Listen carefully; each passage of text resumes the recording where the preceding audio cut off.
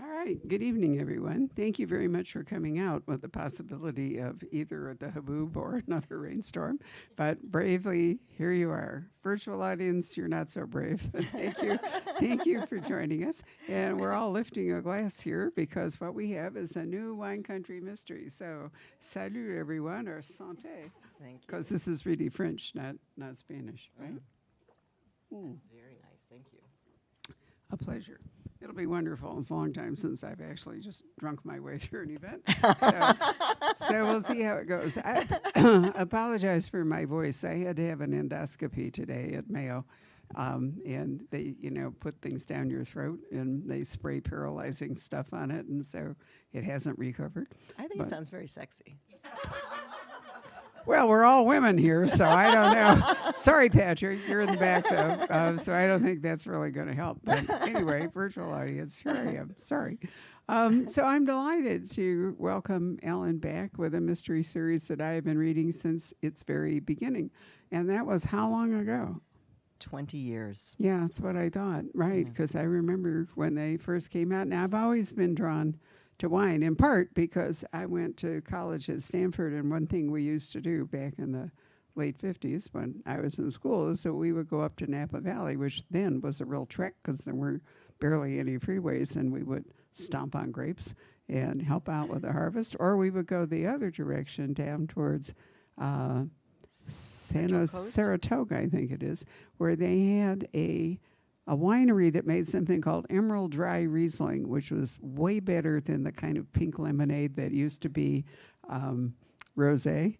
But Emerald Dry Riesling was actually delicious. And so, long history of wine. Yeah. Right. So anyway, Virginia has a long history of wine, and let's talk about Thomas Jefferson for a minute in Monticello, because that's what I think most of us think of when we're thinking about Virginia wine. Right. Well, Thomas Jefferson, everybody called him the first wine geek because he really wanted America to have its own wine, its vineyards, and to sell wine. And so when he was our ambassador to France, he did this big tour of France and Italy and learned a lot about French wines and brought sort of all that information back. So he ended Didn't he up bring some cuttings back too? I don't know if he brought cuttings. I thought he did. I know he tried to grow 28 different kinds of grapes at Monticello, and not a single one produced any wine. But he grew it on the east, isn't it, like the east slope, I think? And it wasn't ideal. I mean, I've been to Monticello various times and loved it, but I think part of the problem was probably the soil. Yes. But part of it was the exposure, I think, was not all that conducive. And the other thing is the European, the noble grapes are nowhere near they don't do well in American soil. So there was that too. Yeah. Right. But anyway, he tried. He did. And I'm sure if he didn't bring back actual cuttings, he certainly brought back wine. Right. So he did, and that was the other book, was the wine that was left behind the brick wall in France, and that somebody found it, and then they sold it here, and they didn't know if it was his, so it's a whole drama. That's very true. And you never know with wine. Sometimes it ages well, and sometimes it just goes to vinegar, or it's horrible. When we were in, I was researching the Sauvignon Secret, and we ended up out in Napa staying with the Martini. So Louis Martini, his grandson Michael, and Jackie, his wife. So we stayed with them. And one night have I told you the story? We were getting ready to go to dinner, and we stayed on their property. They had this beautiful old Prohibition roadhouse. So we stayed there, and they stayed they had a big house at the top of the hill. But there was this small, it looked like sort of an old castle that was next to the roadhouse, and Gallo had bought Martini, but Jackie and Michael took all of Louis' old wine, and brought it over to the Gallo. Oh, that's a word I haven't heard for a long time. That's sort of like the Coca-Cola of the wine industry. Hi, just a minute. We have some new people here. Actually, we we are have serving my wine. Would seatmate anyone from the care for a plane. glass? Yes. Little glass of wine? How about you? We shared an airplane seat together last night. How wonderful. It's just rude of us to drink in front of you without at least offering you something. I'm actually dressed like a wine bottle. So I thought, even the shoes, notice. No worries. Thank you for coming. We're very informal. Yeah. We were just talking about Thomas Jefferson and his attempt to grow great French grapes at Monticello, which came to grief And Lisa's from Virginia. So Oh, okay. yes, yeah. Well, yeah. I was too once upon a time. So. Right. Anyway, so Ellen, who has lived in Virginia for a really long time, or actually up near D.C., you know the Virginia wine country quite well, Right. as opposed to me knowing the California wine country quite well. Right. Yeah, it's a really interesting place. When I started writing the books, there were probably about 70 or 80 vineyards. Now there's hundreds. But I'll tell you, they're having a problem, and one of the big problems is that what the younger people want to drink is beer or cider. And so a lot of breweries are springing up there, and what happens is, do you know how long it takes to make beer? Weeks. Do you know how long it takes to make wine? A longer time. So the younger people are going to the breweries or the cideries, and it's taking a toll on the vineyards. It really is. Well, but there are also vineyards all over the world. I mean, I remember the first time we went to New Zealand. Everywhere we went, they would, instead of lots for houses, subdivisions, it was all lots for wineries. They were selling hectares, probably not actually, but there's a glut. Of wine being produced now. That's the big problem. Well, I was talking to Nadine Netman, who writes a series of books out in California, when we were at BoucherCon last year, and she's also an advisor to some of the Napa vineyards. And she was telling the winemakers, don't take in all your harvest because you're just not going to sell it. She said there's just not, people just aren't drinking as much. Right, and then but the tariffs are gonna make a big difference. I think. Yeah. I remember years ago when my husband and I were in Norway, Narvik, Norway. That's the farthest north that the Nazis managed to go. The Norwegians stomped on them after that point. But anyway, we were with an all-British group. We were 4 Americans on a British tour group. It was a train thing. We started in Stockholm, and we took the train to way up north to Lapland, which I absolutely loved. And then there was another train that went to Narvik. And they were, I would not say interested in fine dining. And so your options in Narvik, Norway were basically pizza, or what looked like a coffee house. It was called the Coffee Something, only in Norwegian. So my husband, the foodie, you're right, Rob, yeah, insisted that we go and check out the coffee house. So indeed we did, and it turned out to be like a 3-star restaurant. But the interesting part, and I know it was fabulous, so we went back for dinner, but the interesting part was they only had French wine.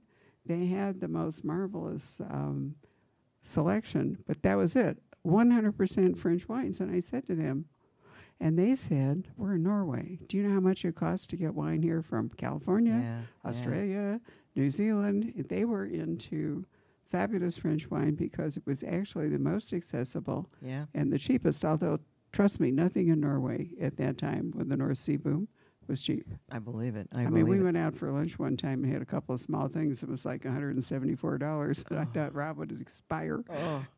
But anyway, so the movement and the cost has an awful lot to do. It does with wine. One of the things they say about Virginia wine, though, is that it is a lot like French wine because of our climate. So if you like Australian wines, drink California wine, and if you like European wines, French wines, drink Virginia wine. What about Chile? Because Chile and Argentina make wonderful wine. I know. I don't really know. I have to say I should know, but I don't. I love Chilean reds. I think they are marvelous. Yeah, I know. And but I don't know as much about like New Zealand wines and South American wines.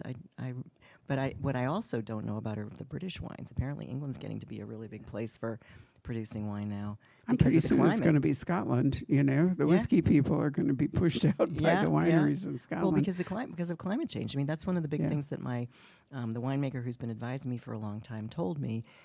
So when I wrote that book, I went back to him and I said, okay, give me Winemaking 101 again, 2024 version, because so much changed since we did this in 2004, 2005. And a lot of it is climate change and what they can grow and and how they're dealing with it, which is actually the next book I'm writing about, is what are they going to do? Excellent. Yeah. I remember drinking ice wine on a cruise somewhere or other, probably over around Norway, and it came from Germany, but now they're having trouble even making ice wine because it doesn't freeze enough, for them to pluck the grapes and so forth. But, here's the thing. Everybody is time. There's a reason that there is oil in the North Sea and the Alaska North Slope in Siberia. And the reason is they were tropical at once upon a time because oil, in fact, is a product of, carbon. Right. So we're on a cycle which we're accelerating, but nonetheless, it will not be the first time that it all went that way. Yeah, yeah, I know. I know. The question is, can we all live in the Arctic Circle? Well, I think the other question is like, what are we gonna, the book that I'm writing now, the woman who's been helping me with this, she's been finding all these American varieties that ended up in Europe and trying to bring them back to America to see if we can grow grapes you never heard of that aren't the noble French grapes, and what kind of wine are they going to make, and what are we going to do about it, and and whether we transfer stuff like phylloxera all over again, Yep. because there are, there are pests that travel, Mm-hmm. and so that is another Yep. danger of moving back and forth. Well, the thing this is the next book actually, but I'm really steeped in it. Why But don't we just talk about it and we'll skip this one? no, I haven't even. I have to write it. I said do. But what happened was Lucie Morton, who's this rather famous wine consultant, and she brought these grapes back, and she left them at Cornell for 5 years, which is how long they had to be at the incubator. And just as they were about to, and she has to pay for them to be, kept there. You can't have them. They have to be incubated for the 5 years. And as they were about to be, she was about to get them out. Somebody poured pesticide on them. Killed them. Yep. That's a heartbreaking thing. Yeah. Right. So what she said was, I could kill somebody. So there's my book, right? So. Wow, that's a really good Yeah, plot. just kind of I like that one that fell in my already. lap. Actually, one of the things I love about Ellen's books, and it reflects her background in journalism and investigative reporting, is she always has really interesting bases for what happens in the books, and they do relate to, they kind of go beyond the standard mystery motives.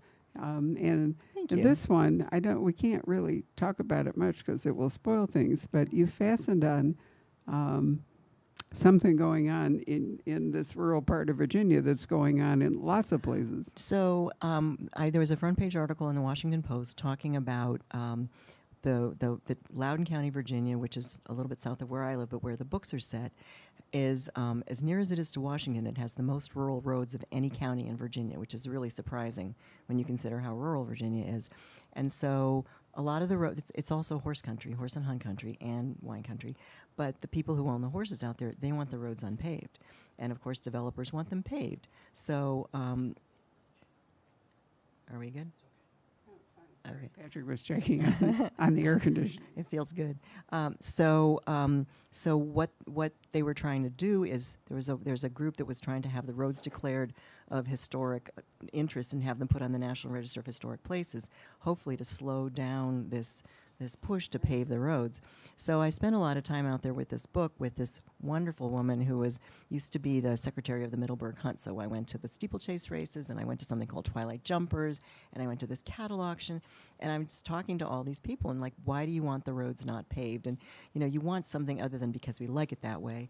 But basically though, it got down to who gets to decide what progress is, and how, do you want to pave paradise? And then the reason people move out there is because it's so lovely and charming. And then what they said is the people who come out, the newcomers, say, well, I have to take my car to the car wash, and I broke an axle, and the roads are muddy. And it's like, but that's why you moved here. So I wrote something for Jungle Red Writers over the weekend for Debs Crombie, and so they have comments. There were 75 comments by the end, and everybody was writing in from all over the United States and Canada talking about the exact same thing where they were, and everybody had a story. And it was, I think I wasn't expecting that, but everybody was equally irate about somebody coming in at Boston and Canada. And You want to talk about what's happening here in Scottsdale? Tell me. It's terrible. I mean, it really is awful. What are I'm they going to doing? cite the development you noticed at one block north here at Indian School and Goldwater. They want to put up 258 high-end apartments. The starting price for anything is $65 a square foot for retail. It's going to wind up only occupied maybe 4 months of the year by winter visitors. The stores are going to be. Any of you who ever went up to the Boulders, and there's a little shopping center below, they had to make all their money, like in December through March, because otherwise it was deserted. And increasingly, we are seeing parts of historic Scottsdale being, Erased. yeah. Yeah. Giving way. And if you've driven around where we are, my husband and I live up north, and we're kind of on the edge of some old horse country properties. And those houses are being torn down and replaced by these stark white flat roof buildings with black metal trim. We think of it as like Fort Huachuca, as the architect or something. They don't look anything like Scottsdale. They are basically square concrete boxes with black and glass, and they're full of, I'm sure, high-speed internet and, those things that people want. But at the same time, we are losing what made it Scottsdale. I think like the problem out where we live in Loudoun County is that the Board of Supervisors changes all the time, so there's not the master plan. And we have the same problem here with our city council. And it's this mishmash of who wants what, and somebody does something, and then somebody undoes something, and then someone does something, and it just ends up being this mishmash, really, and there's no structure to it, and so all these beautiful. It's basically 4-year terms, and things. Our last council our here was very again. pro-development and signed all these deals. The new council's not pro-development, but they can't stop the stuff that was already approved. If you look at Tempe, for example, what used to be downtown Tempe has been completely erased now by all the high rises and fancy stuff around the lake. I love that, a lake here in Tempe. That's why I love it when I drive to all, anytime I go somewhere in the country and it's all green and pretty, it's like, you're just so glad that there are these places still. But it's a pervasive problem. The cruise industry is absolutely wiped out. All kinds of places. Juneau, Alaska, Barcelona. Sorry, it's the air conditioning. Venice. The ceiling's not falling. I know. I feel like it's Chicken Little. You got the crow up there. Machu Picchu. I've been to Machu Picchu 4 different times from 1975 to, I can't remember, some years ago. And now you have to have time tickets. You can't stay up there anymore. Really? You're only allowed, it used to be that you could stroll up there and wander around. And, of course, that wasn't all good because then people tended to climb on the ruins and do stupid stuff. Mm-hmm. But, Venice, remember, Venice actually stood up to Jeff Bezos and said, you can't have the wedding here. You're going to have to move it out. And so I think that more cities need to take back their cities in the face of this relentless mass tourism, of which I might add I am a part. So I have to think about that too. Well, there was another article also in the Post a few months later, and it talked about a county, Culpeper County, which you guys probably know.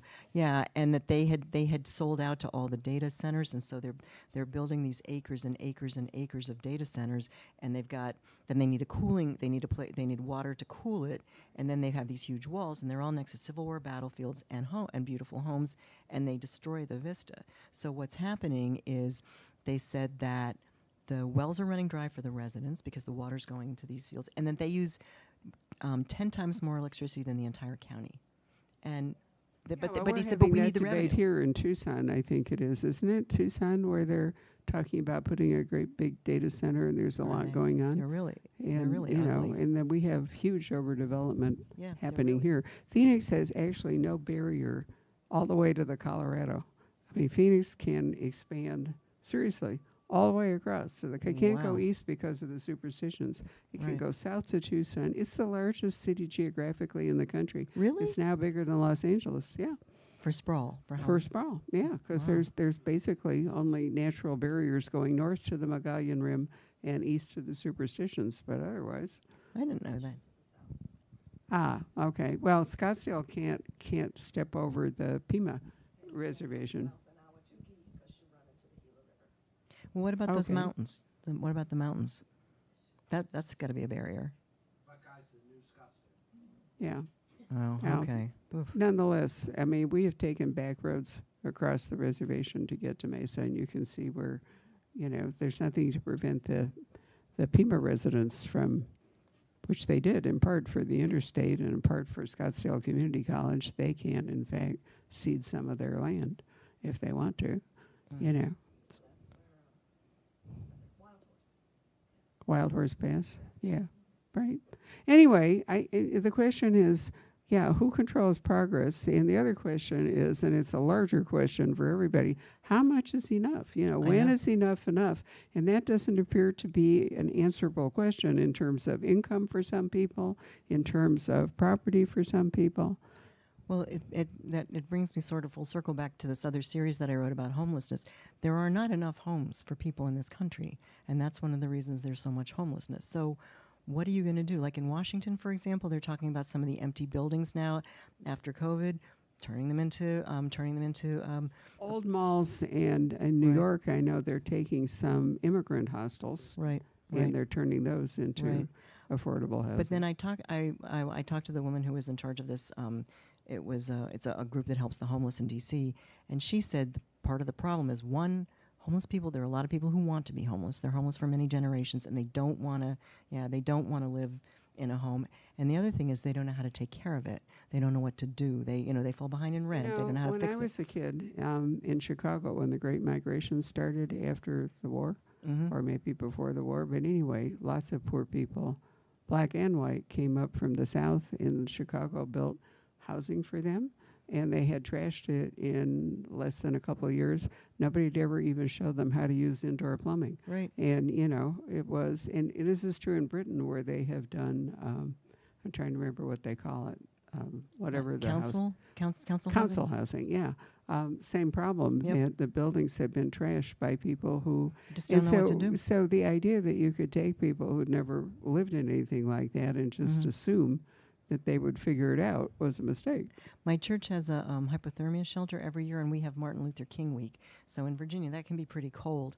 And what is known is if it's a really cold winter, we'll have a lot of people. If it's not that cold, they'd rather sleep rough than come in.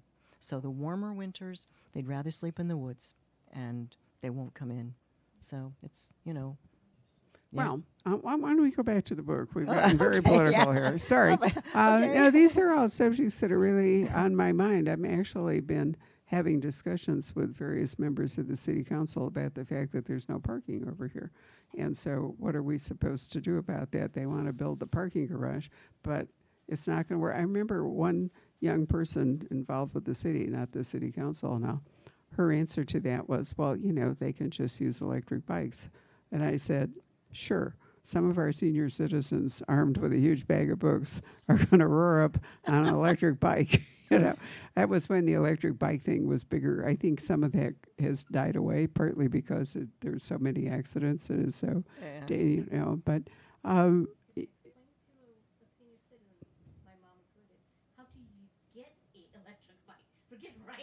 well, yeah. I mean, it was a completely ridiculous, but that there's a generation gap there, obviously a very large one. But anyhow, so we've hinted at there's a big thing going on in the book having to do with property rights, paved roads, and how much Loudoun County can keep its character in the face of this relentless Washington development. And I can tell you, as a person who worked in Washington, I was a librarian at the Library of Congress for a while. There is almost no affordable housing inside the city, even if you have a decent salary now, because the rents are just sky high. Right. Loudoun used to be the hinterlands, and now it's suburban Washington. It's just gotten, it's also grown out and out and out. Yeah.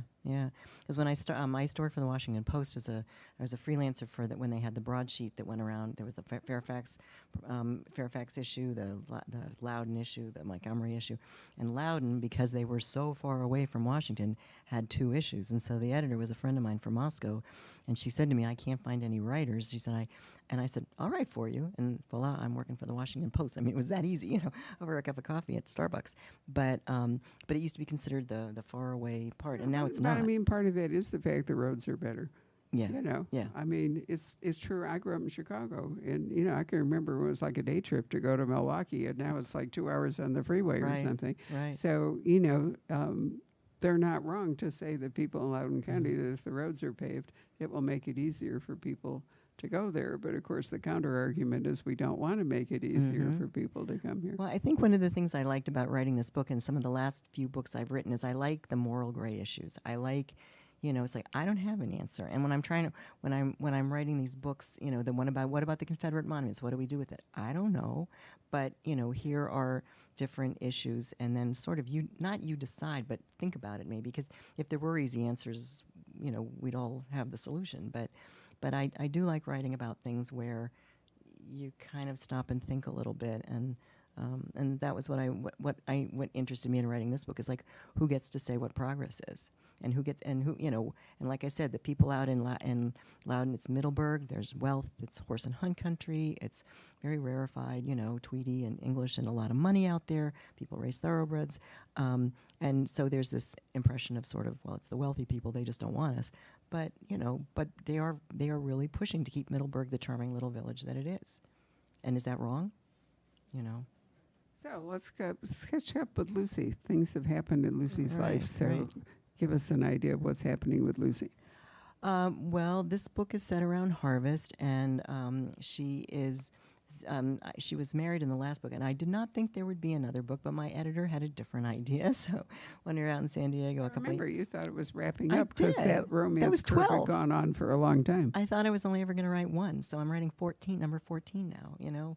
I mean, that's been a surprise for me too. So how to keep it sort of interesting, and like what's going on. So one of the things I've tried to do with Lucie is, she is an amateur sleuth, and so how is she going to get involved in a story? And what I have come to sort of realize is that when she gets involved in something, it involves helping somebody she loves, and that's sort of her investment in the story. So what happens in this book is that her the woman who runs the retail side of the winery, the tasting room and everything, her husband's found in a swimming pool, and it's considered a suicide. And Frankie, his wife, says he'd never commit suicide, and she's convinced it's a murder. So he was the sort of in charge of this group called Don't Pave Paradise, and the question is, did somebody really want to stop him? Because 6 weeks earlier, his predecessor also died in an accident. She went off a country road near a winery. It's a real place, actually. And her Jeep came around a corner, and she missed the turn, and she ended up in Goose Creek and drowned. So. So one death is an accident, but two is not coincidence. Right. So yeah. So my other dilemma always with these books is, she's not going to be, and I don't want her to be, because I think it's annoying for the reader. She's not smarter than the police, and she's not going to outsmart them. So how can she sort of find things that they wouldn't be looking for? So I have a friend from the Fairfax County Police Department who we meet on a regular basis, and we used to have lunch at one point, and I can remember we'd be like a Panera or something like that, and I'd be asking him questions and taking notes, and then he'd go, and then you open the door and her head fell off, and the person at the table next to us is just like, what are you people talking about?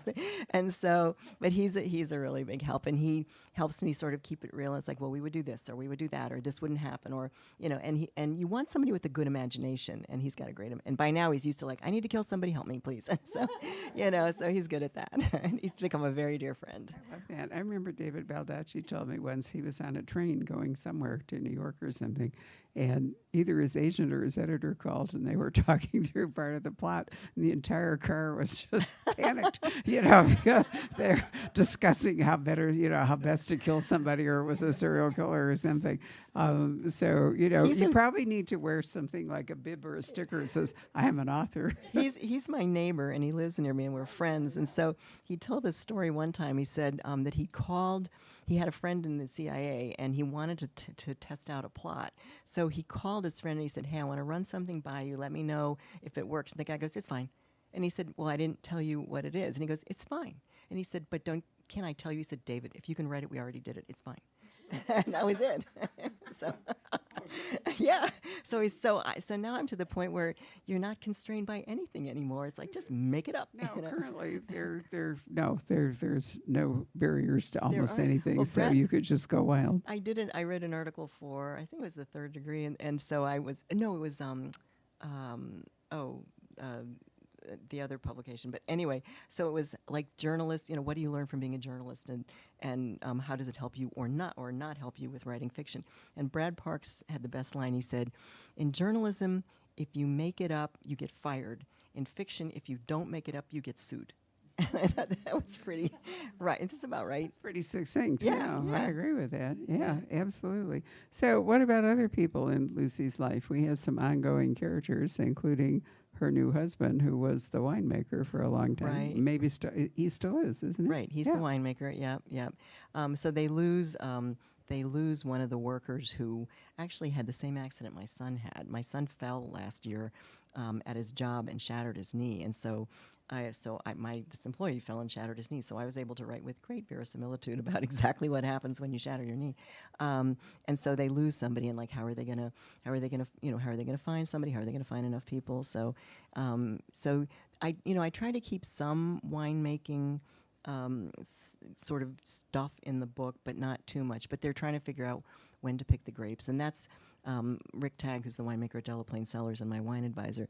He said, you think it's a lot of math, but it's really a crapshoot. Like, what's the weather going to be? And you're always hoping that you've picked on the right day, and either you've guessed it right or you haven't, or whatever. And it's a lot more, sort of intuition, or what you think you're going to do, instead of like looking at the numbers, or certainly looking at the National Weather Service. But don't you think farming is like that in It is general? farming. I mean, the weather gods really determine to a great Absolutely. degree and what happened. Yeah, and that's the one thing that I always come back to, is it is farming. They're farmers, and they rely on the land, they rely on the weather, the seasons. One of the things that Rick said to me is, the one thing we can count on every season is nothing. And he said, because every season's different.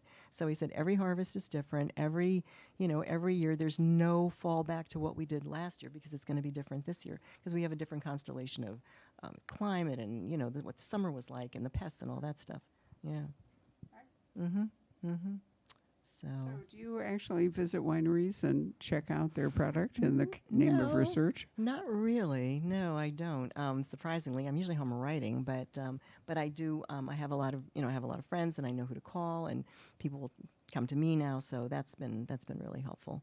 But I do signings at a couple of vineyards. I'm going to be at one on Saturday called Slater Where's Run. that? Slater Run in Upperville. It's funny because the owners, they live out near Goose Creek, which is in my books. And the owner, Kieran Slater, is a woman. It's her family. It's Slater Run, and they've owned the land for 300 years, which Lucie's family did. Her family fought with Mosby in the Civil War, which Lucie's family did. So Chris, her husband, said, "Well, clearly you copied our vineyard."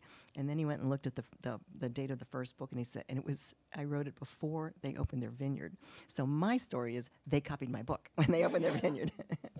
So, Girl, yeah, right. you tell them, Don't let right? anybody give you a hard time about it. Yep. No, that's a wonderful idea. I think doing, signeries and wineries is kind of... So yeah, it is, and it's a lot of people come, and it's a good time. And the other thing is, last year we did an event, and we're invited now. Rick, we sort of have the three of us. It's Lucie Morton, who's this wine advisor. She's really one of the top wine advisors in the country. She goes to France, and she advises vineyards in Napa. She's all that, and she's helping me. And then Rick, who's the winemaker. So we've been invited to the American Wine Society's annual meeting, which is going to be in Virginia, and we've been asked to be on a panel and talk about, I guess, just sort of what we do and how we collaborate. And I think it's going to be fun. So I'm looking. That's in November. That's absolutely wonderful. Yeah, I love that idea. It's going to be fun. Right. And you're working on another one. So is anything interesting going on for you in the film or TV world after all these years? Well, funny you should ask, because we talked about it in the car. Oh, she just spoiled it. I thought I was going to look like a clairvoyant. So I heard from my agent just a little while ago, I have an option for a television series. Yeah. So, well, that's an option, and what it means is we're going to sign a contract, I'm going to get a little bit of money, and then nothing is going to happen for like... It may never happen. Yeah, it may never happen for like 4 years. He wanted to meet me. My agent said, okay, this producer out in Hollywood wants to meet you, and he said he doesn't actually have to, because you're not really involved in the books, and he said, but he wants us to be one big family. And so he gave me this talk, and he said, okay, when you have the conversation, he said, just listen to what he has to say, and you're there to help with whatever help they need for the books.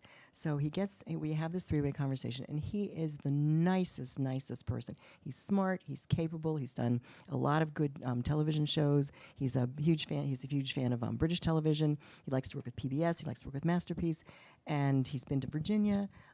He was hoping to film in Virginia, so it's if anything should happen, I think he'd be the person who could make it happen, and I'm really excited. So it's a 1-year option, and then they go away, pardon me, and explore whether they can find the financing and put the package together, and then there's all these other steps. But they also have to attach somebody to it. That's often the hard part. Is but trying he has to a great find track record. Some person with star power that is willing to sign up for it. There are an awful lot of options that have come to grief over that. I know. I had a friend once told me, I thought, oh, this is so great. And he said, Alan, with the first option, I could have bought half a car. And with the second option, I could have bought a set of tires. So it's not a lot of money. But, but if things are made, then that's when things start happening. But he was great. He was really nice. He was really smart. He was charming. He was funny. And I'm really optimistic. It's a beautiful area to film in. He wanted to film in Virginia, which I was really thrilled about. Well, increasingly, things are not being filmed in Hollywood. There are Vancouver. Yeah, well, not just Vancouver. New Mexico, other places. Yeah. Hollywood is, California costs the earth. It burns down. Yeah. Other stuff going on. And so and some states are offering, packages and incentives. Yeah. New Mexico being one. Virginia did, I think, when we did I think Manhunt. It did too. Yeah. And we did Manhunt, and when the other one, there was another. John Adams. So. Yeah, they offer it. I think they want that kind of tourism, and this is everything's set. The stories are set in Virginia, There's so we're actually better to quite film an it. interesting. I'm trying to remember if it's on Acorn or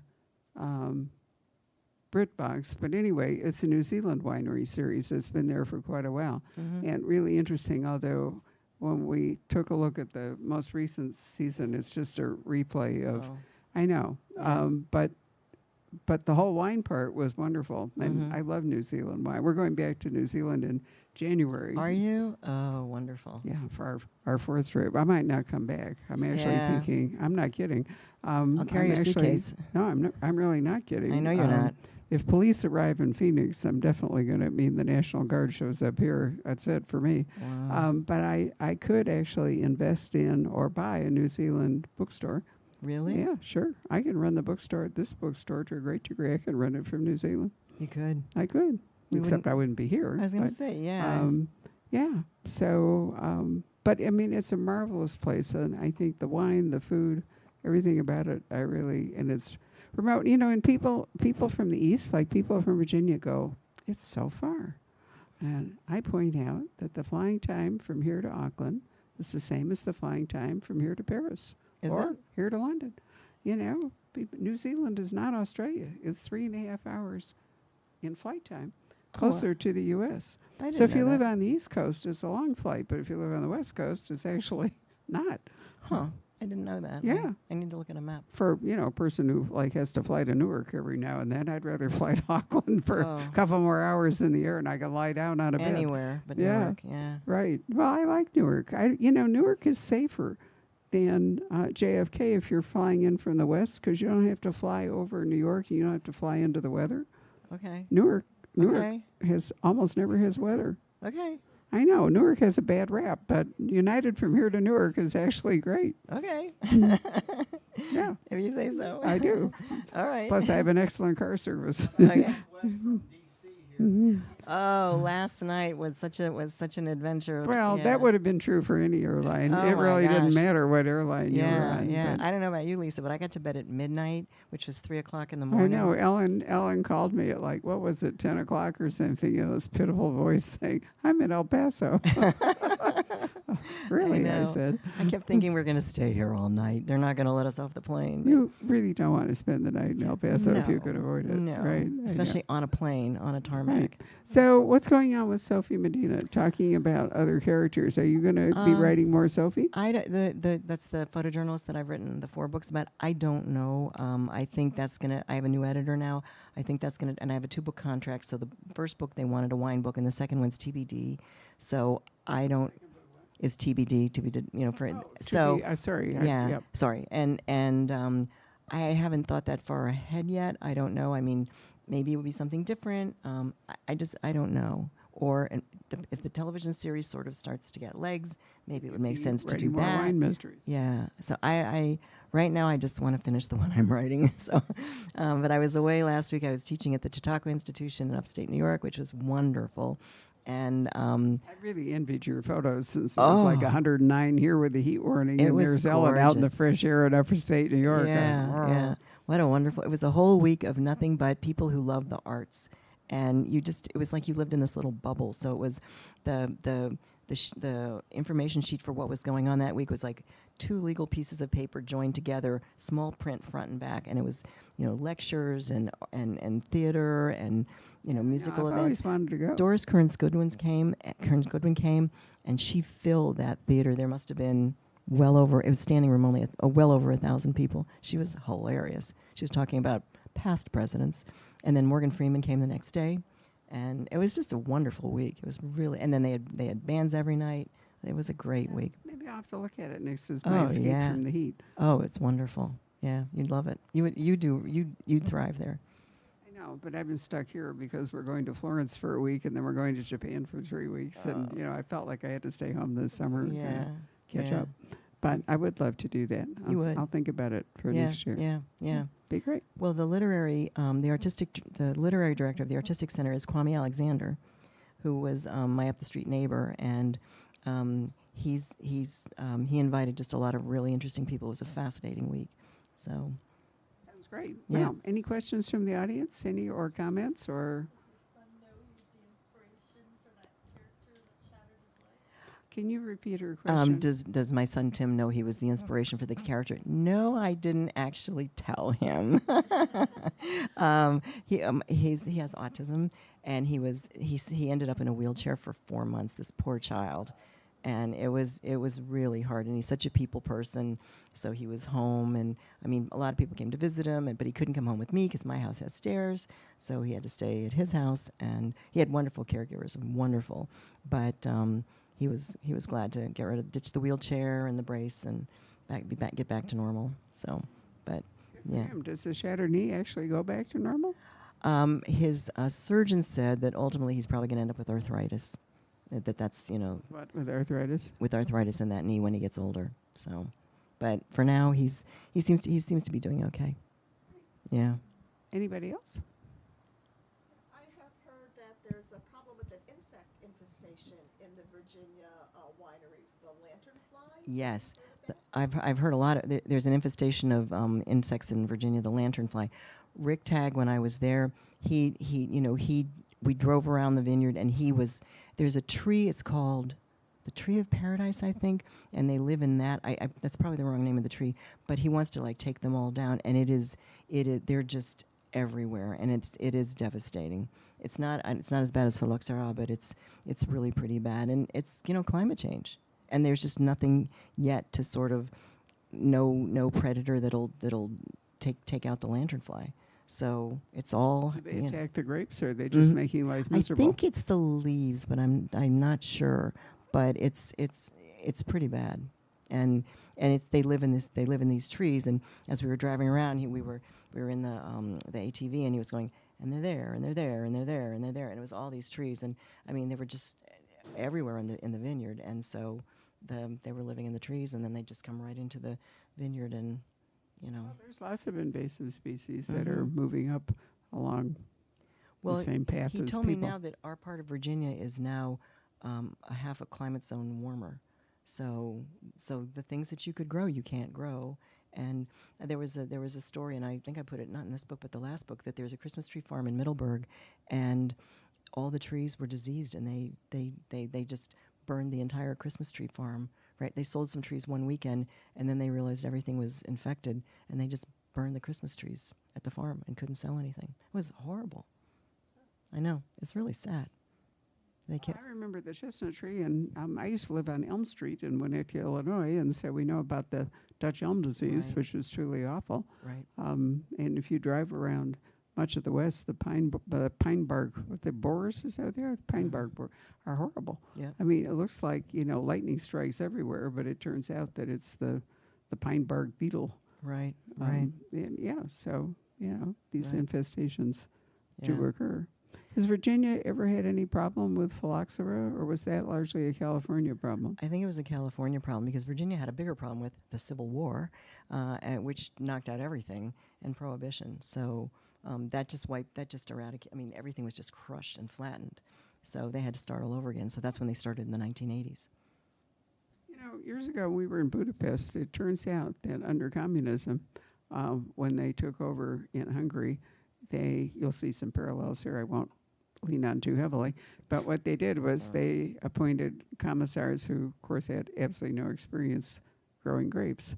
And so the Tokai and the Bull's Blood Red and all, anyway, the vineyards in Hungary just were wrecked because nobody knew how to run them. And when they finally kicked out the communists, now they have Viktor Orban, so I'm not sure if that's an improvement. But then some of the old families who had owned the vineyards went back, but it took them forever to try to repair all the damage you know, that had been done by people who had no idea what they were actually doing. Yeah. It's, you know, you could get depressed about this. You just need to have a drink or something. I mean, well, we have more wine. We could do that. No, right. it is. It's you know, again, for the book that I'm writing, I had gone years ago for one of the Sophie books. I was in London to do some research, and I went out to, I think it was a story I read in the Smithsonian, that there is a place called the Millennium Seed Bank. It's outside of London, and it's owned by Kew, and it's called the Millennium Seed Bank because it was founded in 2000, and they are trying to collect every single seed that can be found There's anywhere. one in Norway and one in Iceland. The one I wrote about in the book I'm writing now is the one in Norway where they're collecting crops. And you know what the problem with that is? It's in Norway in deep freeze. It's melting. It's not supposed to melt. So, you know. I know, there are all kinds of weird things happening. You know, if you read Doug Preston's Extinction, where they brought back the, trying to remember, the woolly mammoth or whatever it is, you know, when one of them comes out of the soil in Siberia, it gives them a chance. You know, there's a whole industry now of cloning prehistoric extinct animals. But the condition is, or maybe it just happens that they're sterile. So they can bring one, but so far they are not able to reproduce. But they'll figure it out. You know, it's sort of like Michael Crichton has come to life. You know, I mean, if he'd lived long enough, he could have seen that Jurassic Park was not just fiction. Right, you know? right. So who knows what all is going to come out of the ground as it keeps thawing? It's an interesting question. I know. For sure. I know. Right. Anybody else? I have a really weird question for you. For Sophie Medina, why did you kill her husband? Why did I kill Sophie's husband? Okay. I liked him not being there, but like there. So Off stage but living. Right. in the first book, he was not supposed to live. He was never meant to live. She was always meant to be a widow. And I thought it would give her more opportunity and if you never met him, you weren't going to mind. I had an editor who'd had a background in romance, and she was like, "You're not killing him." And she was adamant. So he came back to life, and he lived in the first 2 books because I had her again. Then I moved publishers, and 6 years later I wrote another book. And so I said to my this is Rachel, I said, you know, he wasn't supposed to live, and it's been a while. And she goes, "It's your book." And she goes, "Well, Kill him. yeah, she did." She said, "Bye-bye." So I figured that it wouldn't be that hard if it had happened off stage and there was this hiatus between, you know, the second book and the third book. So he was never supposed to Are you sure live. you didn't just hold on to that idea out of stubbornness? No, absolutely. It was character design, huh? Yeah. I don't know if there's going to be any more books, so I think I do love that series. I love Sophie. Thank As you. much as I love Lucy, I love Thank you. Sophie. Thank you so much. I love those books too. It's more my background. I mean, journalism, but Actually, we met over Sophie, didn't we? And no, we met over Moscow Nights. Oh, it was Moscow Nights. Yeah, She wasn't a in it. It long was a time different journalist, right? Yep. All right, Patrick, you have a question from the audience off Yes, stage? a couple of questions. Someone would like to know, is this book considered a cozy? I would say it's a traditional mystery. It doesn't have the cute trappings of a cozy, but a cozy reader can certainly read it. There's no really overt, Yes. violence. It's not what the new code word is spicy. if you, no, I'm serious. This is a tag they put on the romance novels and all. And if it's hot, there's some sex. If it's spicy, it's pretty graphic sex, and so it goes. Oh. No. Right. So, I mean, but traditional mystery, I think, is a great category that, doesn't veer off into the explicit violence and sex on the page. Probably has a minimum of profanity, but it doesn't have the trappings of the cozy, which is reasonably formulaic. My dad and mom live in an assisted living home, and they're still there actually. But years ago, my dad was reading to a group of women who had problems with their vision, and one of them said, "George, why don't you read us one of your daughter's books?" And my father was like, "Okay." So he was telling me this, and he looked at me. He goes, "There is sex in your books," and I said, "Dad, you have 3 grandchildren, And then he goes, "Well, I just close my eyes when I read those parts."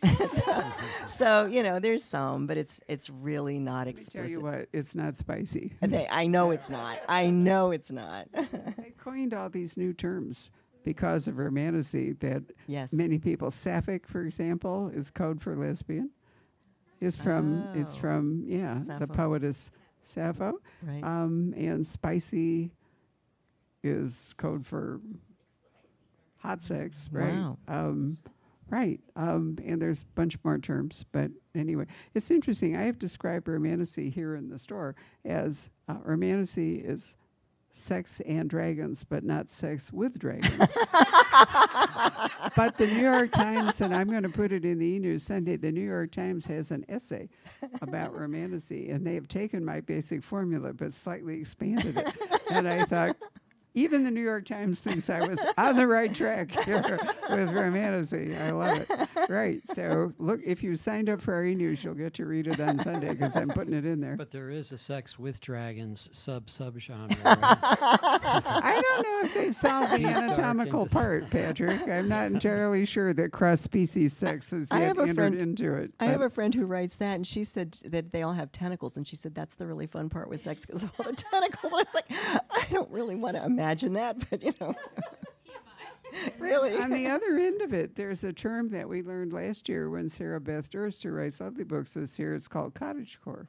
And I had absolutely no idea what cottagecore meant, but it turns out it's cozy romantasy, meaning The no dragons overt sex are- and dragons in the whole bit. Well, they may be dragons, but they're going to be like Puff, the magic dragon. But cottagecore, isn't it? You told me that, Pat. It comes from, it's a decorating term, where people, right. And so they applied it. So, it's really hard to even keep up with the language. Right. That, What's the core part? cottagecore? Apparently It's it's not hardcore, that's for sure. Soft. no. I don't know, but the etymology of it apparently comes from decorating when people bought, like a cute cottage and, put Thought of a seashells and, cute stuff in it, Gotcha. all pink and blue and whatever it is. So I know. I mean, What will they think of next? I don't even know where these terms come from, But then I've never been on TikTok, and that probably explains my ignorance. All right. So another question for Ellen is, have you ever been inspired for a story by a dream? Have I ever been inspired by a sounds story interesting. by a dream? No, I have really weird dreams. No, I can't say that I have. Most of mine, I'm a journalist. Most of mine come from I keep a notebook. I write things down, and ideas come from everywhere. I pick up something somebody says, and I'll find something that I read or something like that. So they tend to come from they're more reality based, I think. That's all I got. Is that it? All right. Anybody else have a question they would like to ask? Comment you'd like to make? You don't have to even ask a question. It's called Lost in Time. It'll be out next summer, hopefully. Right. Yeah. She's so brave. She actually comes to see us even in the summer. Hey. Right. And we fly through the Haboob. Yeah. And I do have a comment. Your cover art is beautiful. Oh, and I so forgot. dramatically different. Wait, there's a story. Tell them. There is. Thank you for that. I will tell the art director at Severn House. In the fall of 2023, I got invited to a vineyard called Bro, which is out in Purcellville, And I went out there, and it was harvest. They wanted me to talk to their book group. But as I was leaving, I mean, the color, that's Bro, actually. So those are my photographs. So when the time came for the cover art, they always write, you got any ideas? What do you think? So I just, my publisher's in Britain. So I just sent them all these pictures of Bro Vineyard and Harvest, and that's one of the pictures. So if you look at my website, the header on it, the what they call the hero graphic, it's that picture. Isn't that wonderful? I love this cover too, and I thought that Thank it's you. absolutely perfect. But Thank you. it's very rare that the author has anything to do with the cover. Yeah. But in this case, to actually have it as your photograph is wonderful. I love the contrast of the colors out in the vineyard. And That's exactly how I made sure to get that. There's that sort of yeah. bit of red. So I have a question, because I've been to a ton of French vineyards and other vineyards and all. In Virginia, do you plant rose bushes at the head of the line? It's a pest control thing. If you are in France and you go to any of the chateaux, there are always rose bushes at the front and the back of each row of It's like the vines. canary in the coal mine, because if the roses aren't doing well, the vines won't do well. So Lucy does, because her mother's French and because I knew about that. I'm trying to think if Rick does.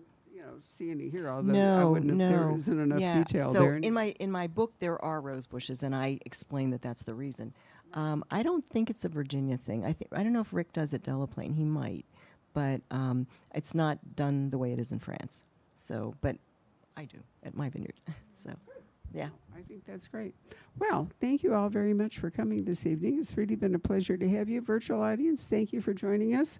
I finished my wine, Ellen, but too. nonetheless, Yeah, I was gonna we say. raise our empty Thank you. glasses and all. Thank you. So Yeah, everybody wonderful. finished their If you wine. all would like more wine, because we still have some, or if you'd like to get your book signed And take also, a you photo, need to comment you on can the do fact that. that Barbara dressed like a wine bottle. I even have shoes. I know, it's so cool.